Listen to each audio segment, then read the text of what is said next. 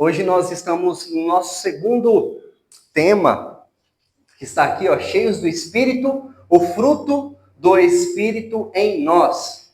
Cheios do Espírito, o fruto do Espírito em nós. E nós meditaremos, conheceremos um pouco mais.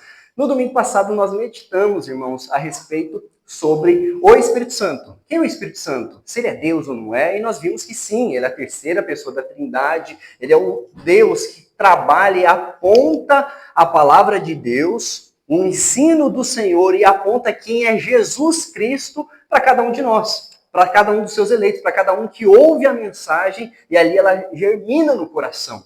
Então nós estamos observando, nós vimos já sobre a ressurreição de Jesus Cristo e agora nós estamos vendo quais são os atos do Espírito Santo na igreja.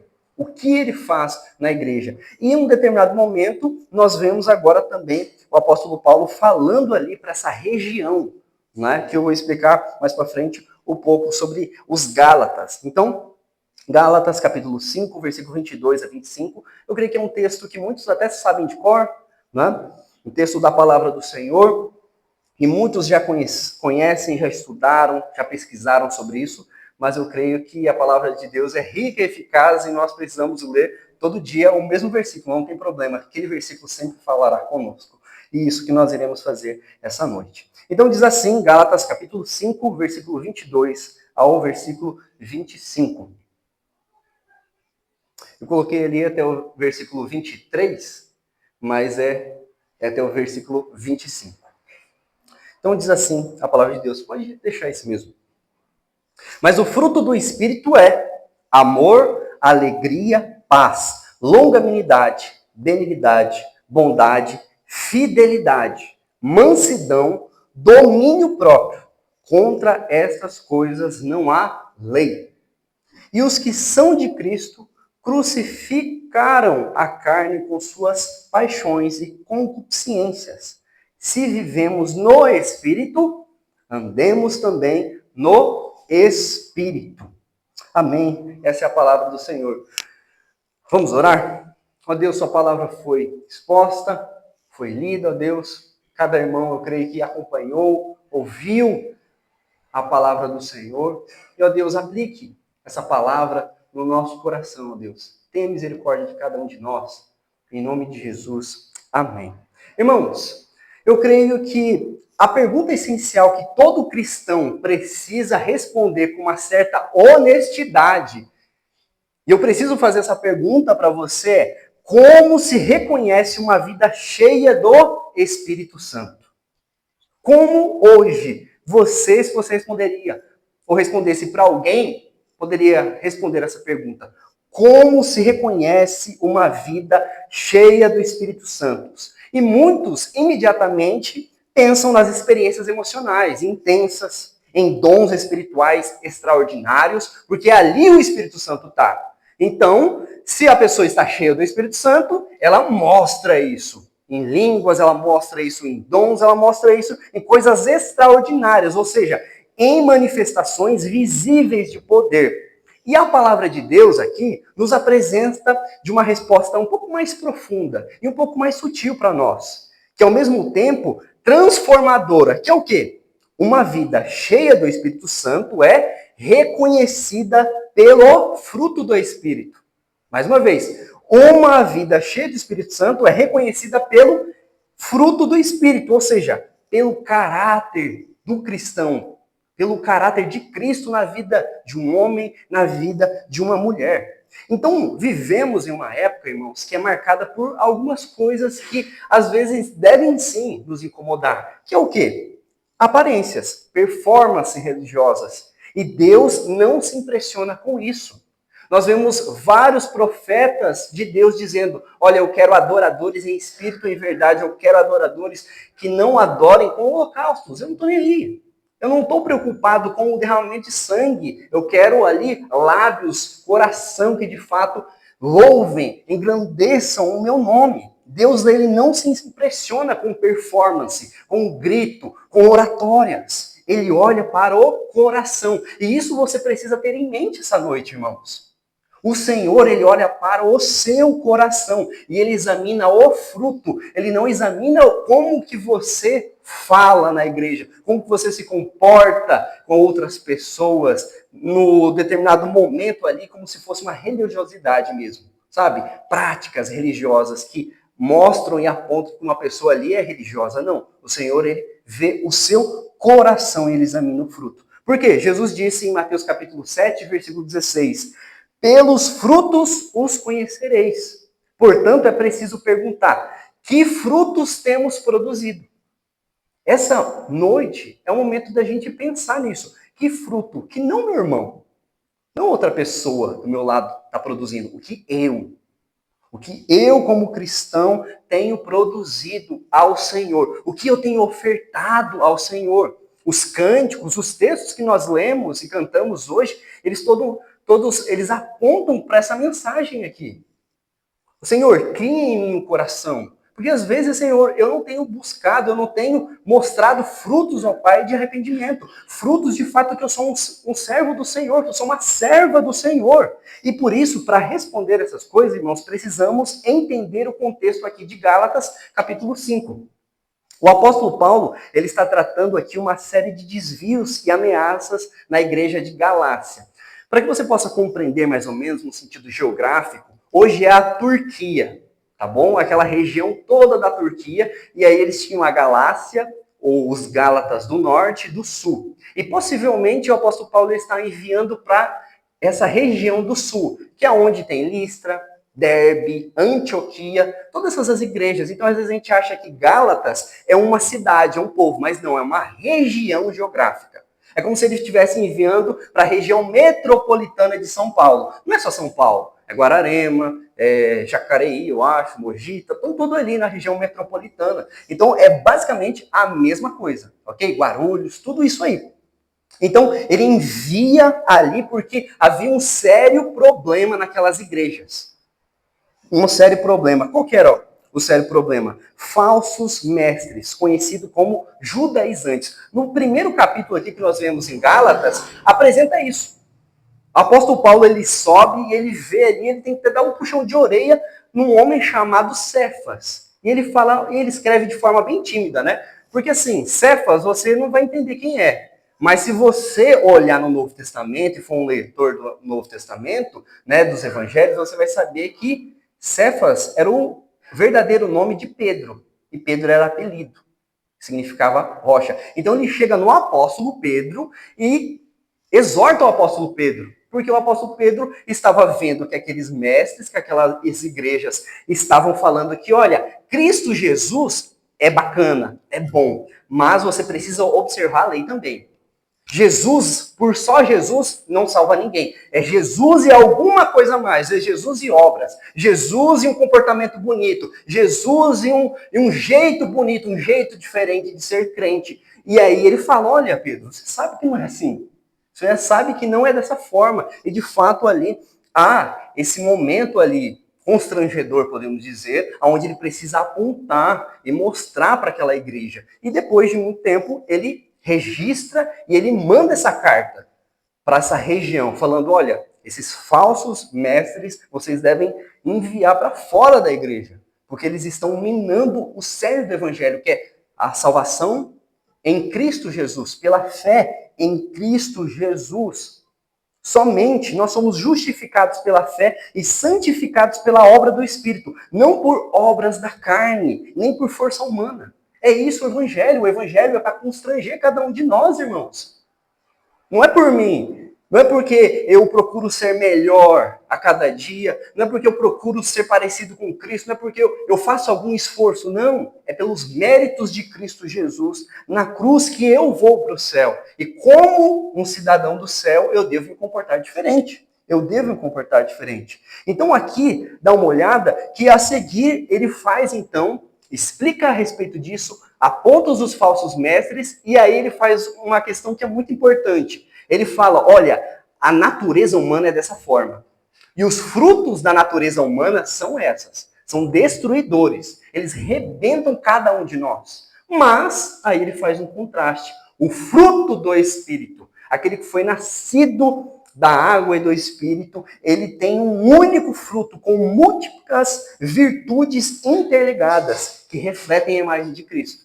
Ou seja, toda a imagem de Cristo, tudo aquilo que Cristo fez em vida, nós podemos então fazer através desse fruto do Espírito. E aqui está a cerne da santificação. Por isso que nós precisamos buscar a santificação, porque ela é uma evidência que eu pertenço a Cristo, que eu tenho o Santo Espírito. Eu sou alguém que quando ouço uma repreensão, eu procuro mudança na minha vida. Eu procuro cada vez mais ser parecido com Cristo. E aqui a gente vê toda essa ação feita pelo Espírito Santo. E é exatamente isso que nós iremos meditar. Olha só, cheios do Espírito, o fruto do Espírito em nós. E como que é esse fruto? Às vezes pode ser essa pergunta para você, nós iremos ver. Como é esse fruto? Porque ele é o sinal de uma vida cheia de Espírito Santo. E o que Deus espera de nós como filhos regenerados? São essas três perguntas que nós precisamos direcionar e responder. Que fruto que é esse? Porque eu preciso desse fruto e porque esse fruto é um sinal de uma vida cheia de Espírito Santo e o que Deus ele espera de nós agora, sabendo e conhecendo esse fruto. E por isso que nós vamos para o nosso primeiro ponto. Nosso primeiro ponto diz: o fruto como unidade, a vida do Espírito em nós. Gálatas capítulo 5, versículo 22, a primeira parte. Então o que diz? Gálatas 5, versículo 22, primeira parte. Mas o fruto do Espírito é. Aqui Paulo ele inicia essa sessão com uma expressão bem curiosa mesmo. Ele escolhe a dedo essa expressão. Ele fala, mas o fruto do Espírito é. Ele faz esse contraste intencional. Olha, o fruto da carne é dessa forma. Mas o fruto do Espírito é desta forma. Enquanto as obras da carne são muitas e são desordenadas e destrutivas, a gente vê que aqui o fruto, ele é único, ele é harmonioso, ele é construtivo. E aqui a gente vê que o apóstolo Paulo, ele em vez de listar uma lista de comportamentos, ele acaba colocando o que de fato é o caráter transformado. Porque ele poderia muito bem colocar assim, ó, várias listas, uma lista grandiosa ali, mas não, ele não faz isso. Ele coloca, como que é o caráter transformado? O que de fato faz com que você tenha esse caráter transformado pela presença contínua do Espírito Santo? E repare aqui nesse substantivo dessa primeira frase, ó, fruto. E aqui está no singular. Isso daqui é extremamente significativo para nós, irmãos. Porque Paulo ele não fala de frutos do Espírito, que é como se o cristão ele pudesse então ser espertinho e dissesse, então, o Espírito ele tem vários frutos. E aí eu posso escolher, porque assim, eu tenho mais amor, eu tenho mais longanimidade, eu tenho mais tal coisa, mas domínio próprio eu não tenho. Né? Então eu posso escolher qual fruto eu tenho. E aqui não tem essa opção, não há essa opção. Não é isso, não é um cardápio espiritual que você vai olhar, eu vou escolher esse, eu acho que eu preciso mais desse. Não, não é isso. Não é isso. Trata-se de um único fruto, ou seja, todos os cristãos precisam ter toda aquela lista. Não tem escolha. Nós precisamos desenvolver a lista toda ali, com essas múltiplas manifestações que estão crescendo junto com o Espírito Santo. E por isso que ele faz essa metáfora do fruto, que nos remete a essa natureza da santificação, porque ela é viva, gradual, dependente da fonte, dependente do Espírito Santo em nossa vida. Então a gente vê isso que é muito fundamental nós olharmos fruto do Espírito, ou seja, esse fruto ele não vem do seu esforço. Isso vem através do Espírito Santo. Nem da obediência vem esse fruto, nem de regras exteriores, mas da ação soberana e transformadora do Espírito Santo na vida do crente. Então vocês conseguem perceber, irmãos, como que o Evangelho é para humilhar mesmo? E não humilhar no bom sentido, no mau sentido, né? No jeito pejorativo, mas no bom sentido, mostrando para nós que nós somos insuficientes. A queda é algo tão grave, irmãos. E a mudança que nós fizemos para nos afastar do Senhor traz consequências tão terríveis, de fato, que às vezes nós não analisamos. Se não fosse o Senhor fazendo tudo isso, a Trindade Santíssima, o Pai, o Filho e o Espírito Santo, nós estaríamos perdidos. Nós estaríamos perdidos. Nós estaríamos no inferno. E por isso que o fruto do Espírito é uma ação de Deus. É uma ação soberana do Espírito Santo no interior. É o Senhor que nos salva e é o Senhor que nos transforma também. E nós vamos buscando isso. Porque eu sei que a transformação vem do Espírito. Por isso que eu busco, por isso que eu não fico parado. Por isso que eu oro, por isso que eu busco o Senhor, eu canto, eu exalto o Senhor. Porque isso depende de mim também. Depende da minha vida. Ou seja, ele é a causa. E o fruto é o efeito. O Espírito Santo é a causa disso acontecer. É o Senhor, a obra do Senhor. E o fruto é o efeito. João Calvino ele vai comentar esse texto dizendo assim: como as obras da carne são os produtos naturais da nossa corrupção.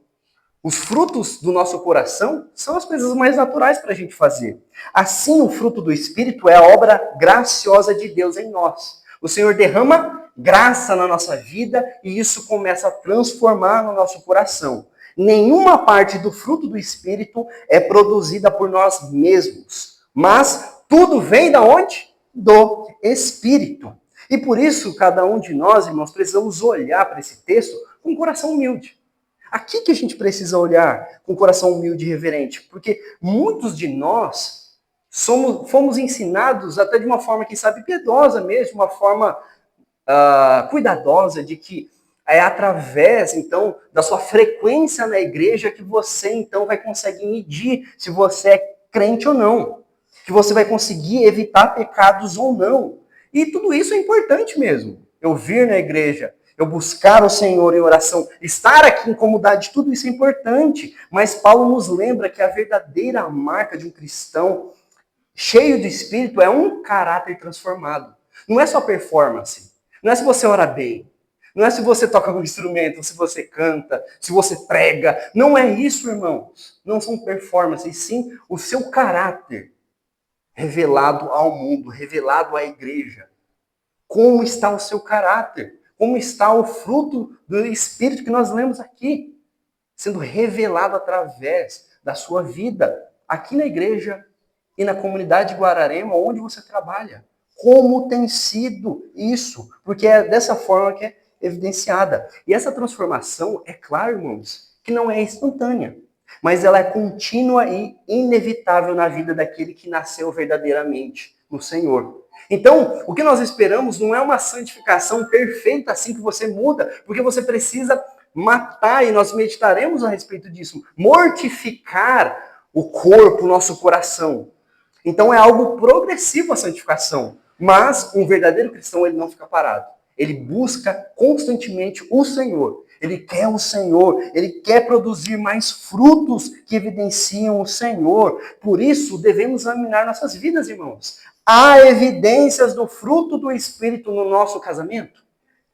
Há nos nossos relacionamentos com nossos filhos evidência do fruto do Espírito? No nosso tempo, no uso do nosso tempo e nas palavras que nós falamos, que saem da nossa boca, há evidências do fruto do Espírito? No modo como reagimos ao sofrimento também. Há evidências até no sofrimento, como nós fazemos o uso do dom do Espírito.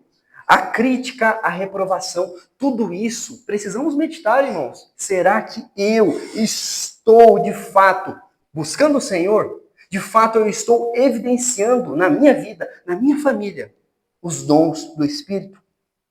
Que possamos orar assim como nós lemos no Salmo de número 51, assim como Davi disse: cria em mim, ó Deus, um coração puro e renova dentro de mim um espírito inabalável. Que de fato possamos dizer isso, irmãos. E uma segunda coisa que nós vemos agora a respeito disso é que esse Deus que trabalha através desse fruto, ele também desenvolve esse caráter de Cristo em 9 facetas. O fruto que transforma relações. Esse fruto vai transformar, de fato, como você se comporta na igreja, com você mesmo e com o seu próximo, irmãos. Olha só o que Deus diz em Gálatas capítulo 5, versículo 22, a parte B ali, finalzinho do 22, e versículo 23. Amor, alegria, paz, longanimidade, benignidade, bondade, fidelidade, mansidão, domínio próprio. Contra estas coisas não há lei. Então, depois de afirmar que o fruto do Espírito é todo orgânico, é o Senhor, é a ação do Espírito em nossa vida, não vem de você, vem do Espírito Santo, para que você possa, assim, então, praticar isso e buscar e ter vontade cada vez mais disso. Paulo agora, ele desdobra como se fossem essas 9 facetas. A gente até quando explica para as crianças, né, a gente fala como se fosse uma tangerina ali, né? Um fruto que tem ali aquelas facetas ali, aqueles gominhos ali, aqueles 9 gomos ali. E Paulo, ele faz isso de maneira bem lúdica, para que a gente possa compreender o que ele está mostrando ali. E essas qualidades não são apenas virtudes morais isoladas, mas elas expressam o caráter de Cristo, irmãos. Não uma listinha para você falar assim, check, ali, agora sim, check, preciso amar, tô amando.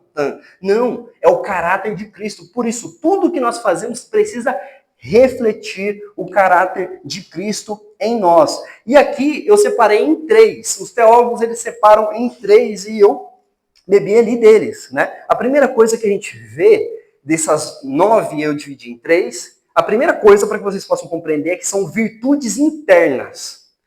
E quais são essas virtudes internas que nós temos aqui nesses 9 gomos aqui, nessas 9 facetas do Espírito Santo? Então, virtudes internas relacionadas ao coração. Então, lembra, quando eu falar de virtudes internas, está falando do seu coração. E o que significa isso? Amor, alegria e paz. Então, amor, alegria e paz é algo do seu coração, algo interno. E o que isso respinga, então, no próximo, nas pessoas? O amor. Amor é sacrificial. Quem busca o bem do outro sem interesse próprio. E é um fundamento de todo esse fruto. Então, às vezes, a gente fala assim, eu preciso mais de domínio próprio. Você está enganado. Você precisa de amor. Se você não amar, você não conseguirá ter domínio próprio. Eu preciso mais de ter essa paciência. Mas se você não tiver amor, você não terá paciência. Por isso que o apóstolo Paulo também... Opa, acho que acabou. Por isso que o apóstolo Paulo, ele vai colocar... Obrigado. Por isso que o apóstolo Paulo, ele vai colocar, irmãos, a respeito que o amor é o dom supremo. Se alguém quer buscar um verdadeiro dom, não é o dom de línguas, não é o dom de profecia, de palavra, de pregação.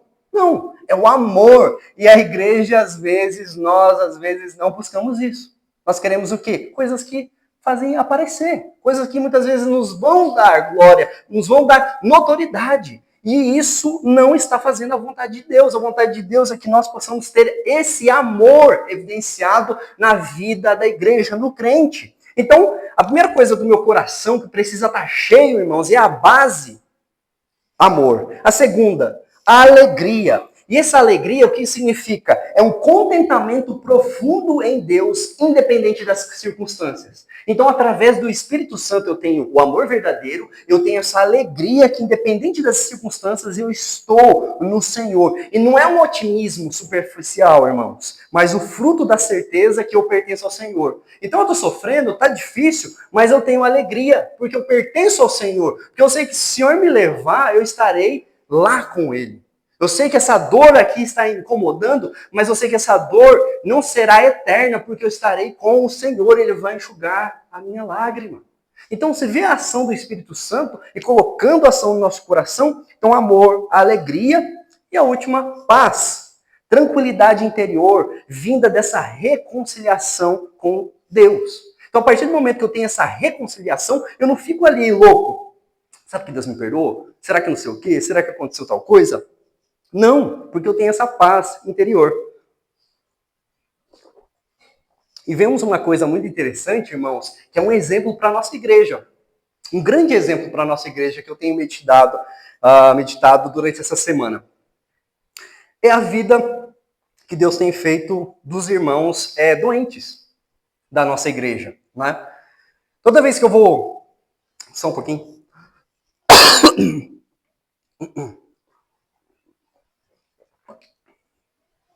Toda vez que eu vou conversar com os irmãos, né? Ou eu vou falar com eles, visitar presencialmente, ou por WhatsApp, se puder, eu acho que aumentar só um pouquinho. Eu acho que aí eu não preciso forçar tanto. Beleza. Falar com os irmãos no WhatsApp, né? Aqueles que estão enfermos. É interessante ver, eu já falei isso já numa quarta-feira aqui. a paz desses irmãos, eles estão tranquilos ali, tá com um problema ali, uma cirurgia, tá doendo, tá triste, tá complicado o negócio. Se fosse eu achava que ia estar desesperando, batendo a cabeça em tudo que é lugar. E eles estão como? Em paz com o Senhor. E isso aqui é um testemunho. Isso fortalece a minha fé. E deve fortalecer e servir de testemunho para a nossa igreja. Porque esses irmãos, eles estão evidenciando o Espírito Santo. Porque só o Espírito Santo para dar paz para irmãos como Fernanda, Vera, Davi, Concílio, Denis e outros irmãos aí que às vezes eu posso esquecer, me perdoe. Mas a gente sabe que é só o Espírito Santo, isso é uma evidência do Espírito Santo na vida dessas pessoas, dando amor, paz, alegria. E é uma segunda coisa também que nós vemos aqui, para a gente dividir.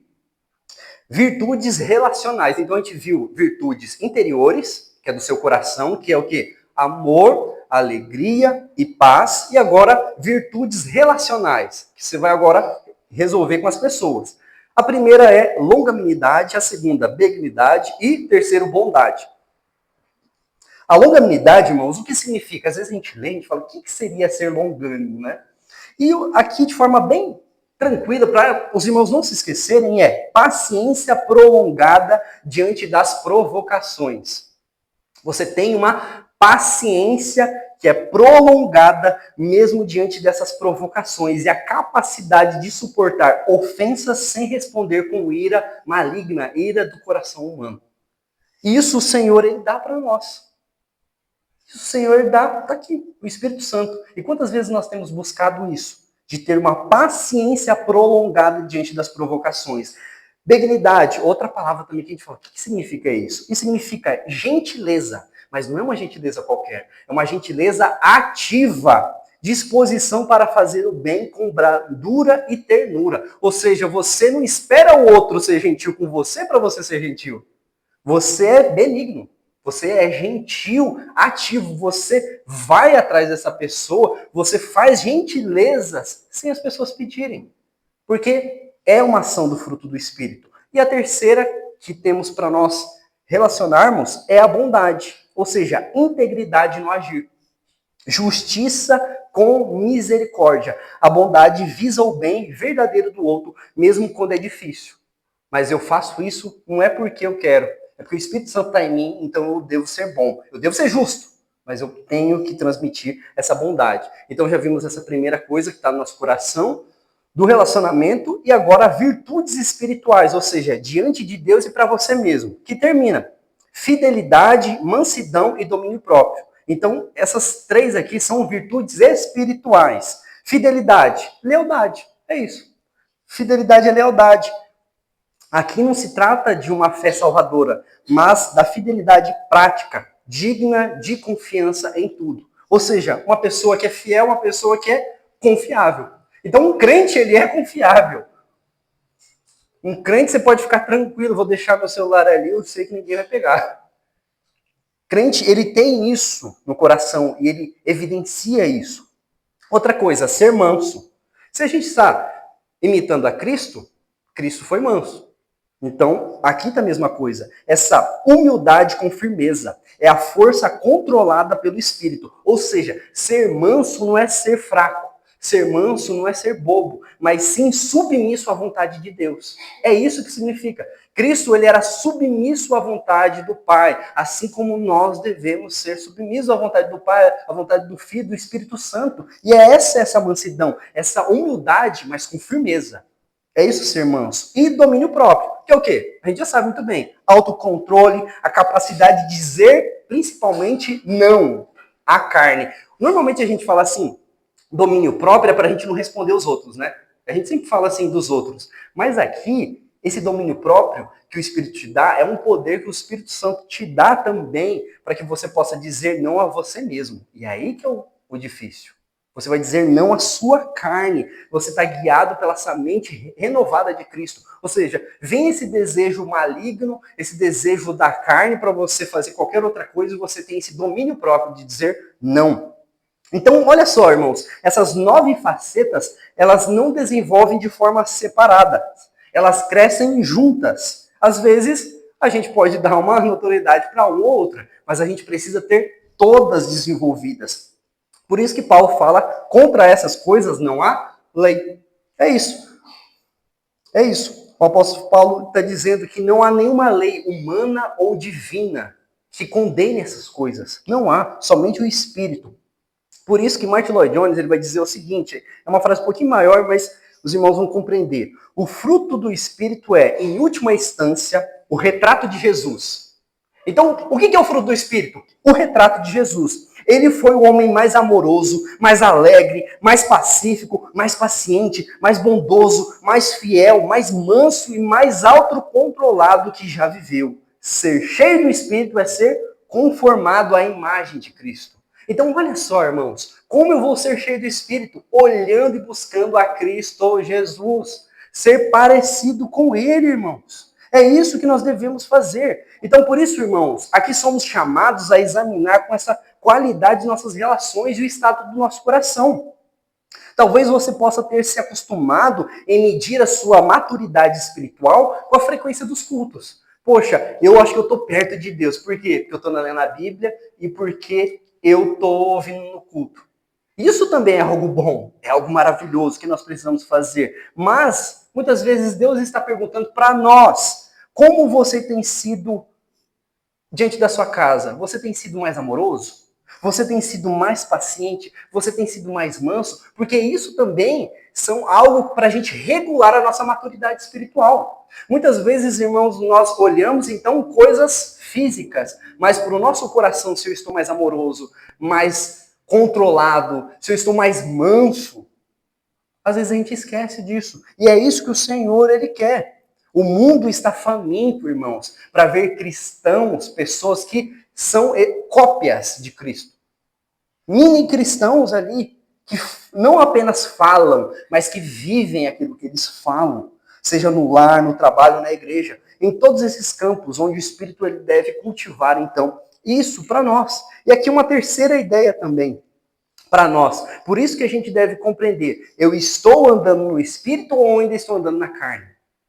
Há uma provocação que o apóstolo Paulo ele faz a nós. Eu estou andando no Espírito ou estou andando na carne? Porque isso vai guiar minha maturidade cristã no Senhor. E por isso que o apóstolo Paulo ele vai falar, olha, você deve saber isso, porque vem a terceira ideia nossa.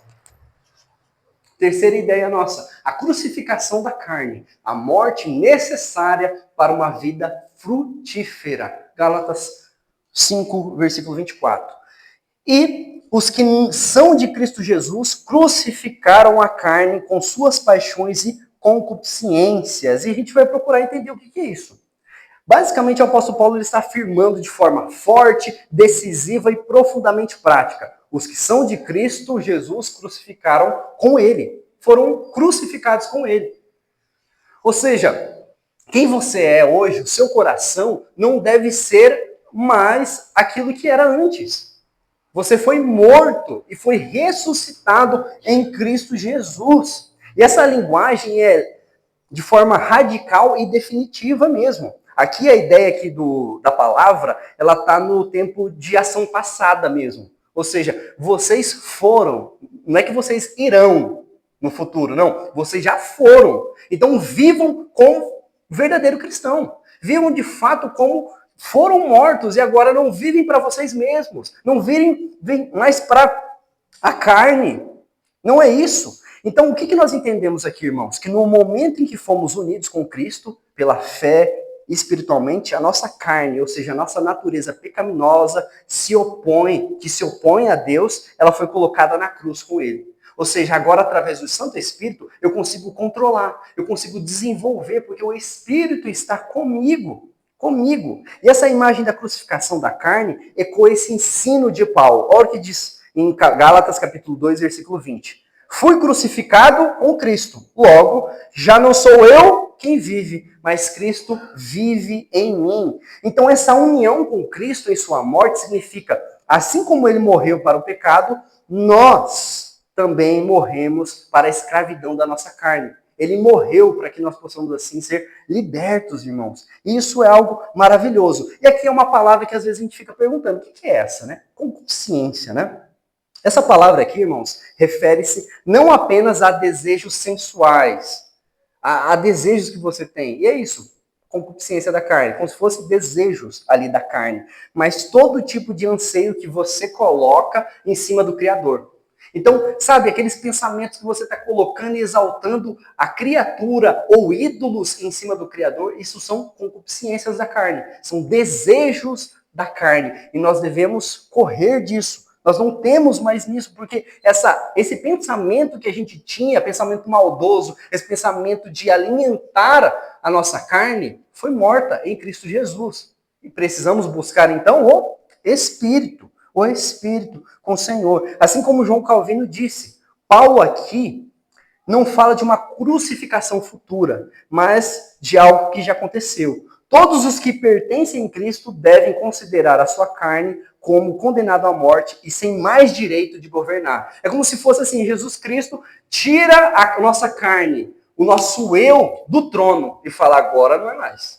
Agora não é mais. A gente até fez uma ilustração nisso no primeiro estudo que a gente teve da escola dominical. É como se Jesus ele chegasse e falasse assim, ó, tira o eu e coloca agora Cristo. Só que por que às vezes a gente tem as lutas? Porque é como se fosse ali, sabe, os partidos, um ganha, o outro perde.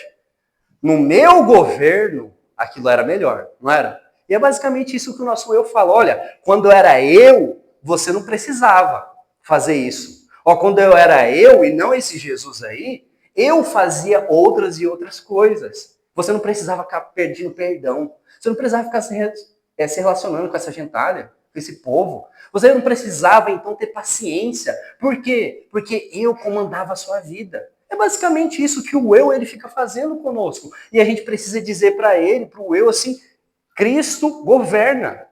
Eu ouço a voz, a palavra do Senhor. E o governo é somente de Cristo. Não vou olhar para o governo passado, vou olhar para o governo de Cristo Jesus. E essa afirmação, irmãos, ela é alinhada à doutrina reformada que nós já ouvimos algumas vezes aqui, sobre a mortificação do pecado, que ela foi desenvolvida por um teólogo puritano chamado John Owen. E ele afirmou, olha só, se você não estiver matando o pecado estará matando você. É algo simples. Se você brincar com ele, se você dar um poderzinho, se você ouvir ele, ele vai te dominar de novo. Ele vai te matar. Então, antes ele do que nós. Por isso que nós precisamos correr e buscar diante do Senhor, matar constantemente. E esse é o significado da mortificação, de matar o pecado continuamente, os desejos da carne. Por isso, irmãos, esse texto ele convida cada um de nós a encarar o cristianismo como algo muito mais sério do que a igreja, do que devolver dízimo, do que eu vou fazer outra coisa. Ser cristão é declarar guerra à carne, ao pecado. É por isso que nós estamos aqui, para aprendermos e ouvirmos a palavra do Senhor e declararmos guerra à nossa carne. É muito fácil a gente declarar e identificar alguns inimigos, né? Para muitas vezes a gente acha que só temos dois inimigos, né? Que é o quê? O mundo e o diabo. Mas a palavra de Deus nos aponta três. O mundo, o diabo e a carne, nós. E esse é um inimigo que às vezes nós não queremos mexer. Nós não queremos lutar, mas nós precisamos sim, em Cristo, declarar guerra contra a carne. E esse ponto não pode ignorar, irmãos. Não pode se ignorar porque o fruto do Espírito não vive, não está sendo ativo enquanto não houver mortificação da carne. Você não terá o fruto do Espírito enquanto você não lutar contra o pecado. Por isso que há muitos crentes que vivem há anos na igreja e não recebem os dons, as bênçãos espirituais do Senhor, de maturidade, porque não lutam contra o pecado, não lutam contra si mesmo. Por isso nós precisamos ser honestos, irmãos. Há áreas em nossa vida onde nós temos alimentado a nossa carne, quando deveríamos crucificá-la? Que hábitos você tem sobrevivido e ainda tem colocado das obras da carne ali ainda ao pé da cruz? O que ainda você não tem colocado diante do Senhor? Que desejos desordenados estão sendo tolerados por cada um de nós, relacionados ou escondidos? Precisamos compreender isso, precisamos tratar como guerra ao Senhor. Será que nós estamos nos conformando a um cristianismo sem cruz? Um cristianismo que não mata a carne, não mata o pecado. Cristo, ele vive e a carne não vive mais, irmãos. Precisamos compreender isso. E a última coisa quarta coisa, andar no Espírito. Então, eu entendo que eu tenho o Espírito, eu entendo que isso é importante e por isso que eu consigo ter, porque Cristo Jesus matou e fomos crucificados com Cristo Jesus. Então, aqui é uma mensagem de conforto, uma mensagem para que a gente possa compreender, irmãos, e realmente estarmos como soldados preparados para a guerra.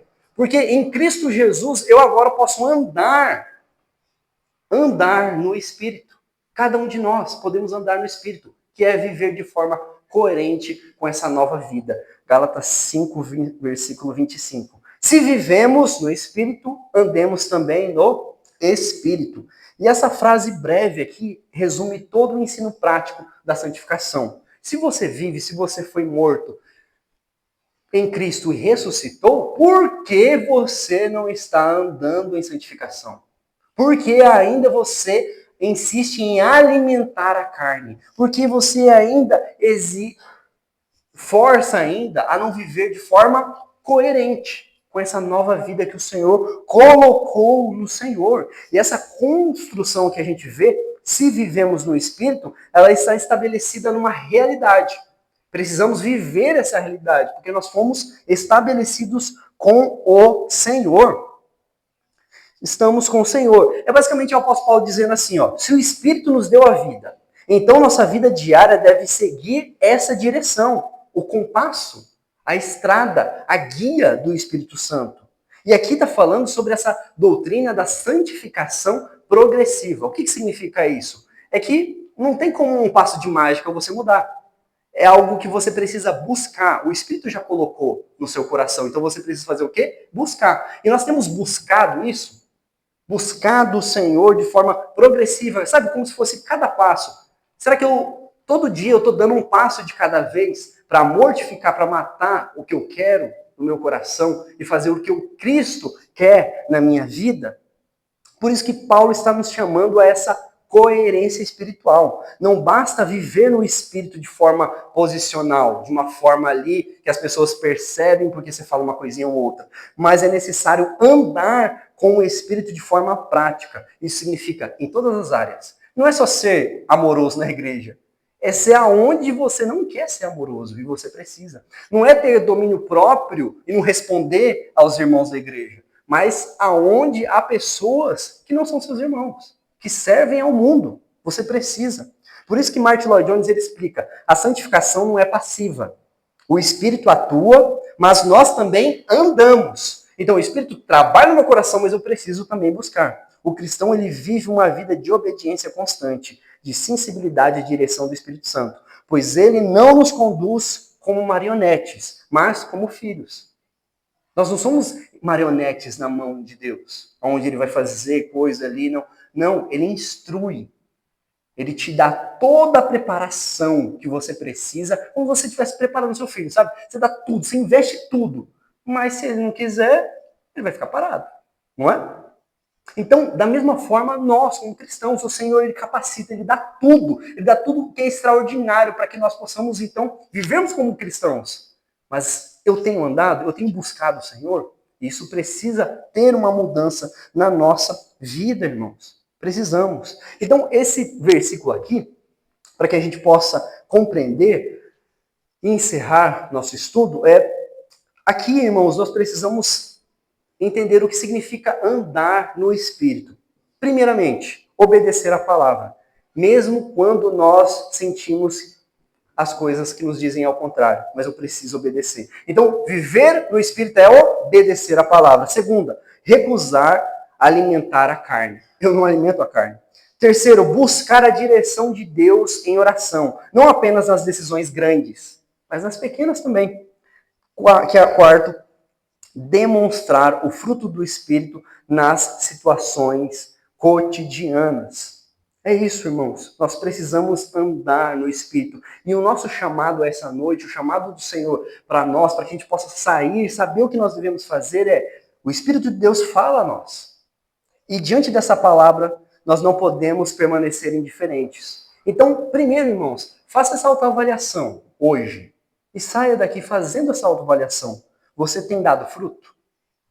O seu coração está sendo moldado pela graça de Deus? Ou a carne ainda está governando todas as áreas que eram e já foram crucificadas? Que de fato, irmãos, nossa oração hoje possa ser uma oração de dependência. Senhor, enche-me do teu espírito e transforma o meu caráter. Livra-me de um cristianismo de aparência. Produza em mim o teu fruto. Então, irmãos, o Espírito não apenas habita em nós, mas ele deseja nos transformar em Cristos, em pequenos cristãos, semelhança de Jesus. Por isso, de forma prática, irmãos, viva uma virtude do fruto a cada dia. Amor na segunda, paciência na terça, mansidão na quarta, e assim vai. Vai buscando, vai clamando ao Senhor a cada dia. Em casa, no trabalho, na escola, decida responder como Cristo responderia. No meu lugar, o que Cristo faria? Será que Cristo responderia dessa forma?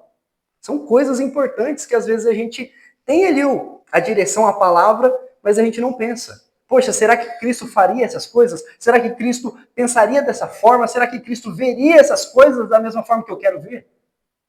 Porque assim, só assim, respondendo essas perguntas, que nós conseguiremos, então, imitar a Cristo Jesus. Querida igreja, de fato, o mundo ele não precisa de mais religiões. Já está esgotado. Aqui em Guararema mesmo a gente vê o tanto de igreja que tem. O mundo não precisa de mais religiões. Ele precisa de vidas frutíferas, lares transformados e cristãos cheios de espírito. Porque é isso que vai fazer diferença neste mundo, irmãos. Crentes que vivem com alegria, com humildade, com domínio próprio. Que o Senhor, de fato, tenha misericórdia da nossa vida, em nome de Jesus. Então, feche seus olhos, fale com Ele. Coloque e procure responder essas perguntas. Será que eu tenho buscado o Senhor? Será que, de fato, eu tenho alimentado a minha carne? Como tem sido o meu relacionamento com a minha família, com minha esposa, com o pessoal do meu trabalho? Será que eu transmito Cristo a eles ou não? Fale ao Senhor.